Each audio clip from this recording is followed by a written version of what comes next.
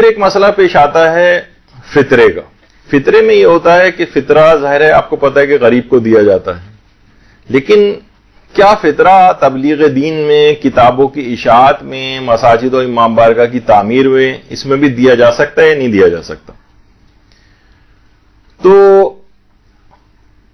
اس میں آیت اللہ سیستانی تو فرماتے ہیں کہ احتیاط لازم، یعنی جو احتیاط واجبی کی طرح کا مسئلہ ہے کہ فطرہ غریبی کو دیا جائے گا، یہ مستحق کا حق ہے، اور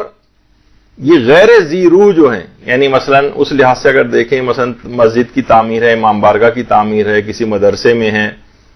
کتابوں کی اشاعت ہے، کوئی اور دینی ایکٹیویٹی ہے، اس میں خرچ نہ کیا جائے، احتیاط لازم ہے، اور یہ صرف غریب شیعہ کو دیا جائے گا جو کہ مستحق ہو. البتہ اس میں آیت اللہ خامنئی یہ فرماتے ہیں کہ نہیں، ان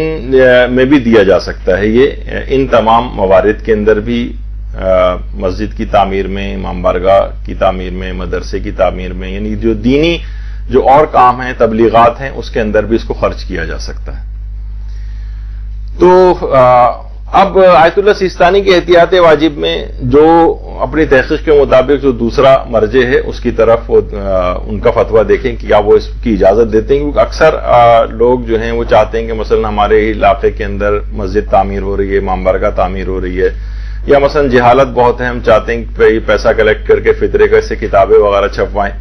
تو وہاں پر یہ مسئلہ آتا ہے. تو احتیاط لازم میں دوسری طرف رجوع میں جو بھی آپ کی تحقیق ہو ان کا فتویٰ دیکھیں گے، نیکسٹ عالم کون ہے ان کے بعد، اور ان کے مطابق عمل کریں. البتہ بہرحال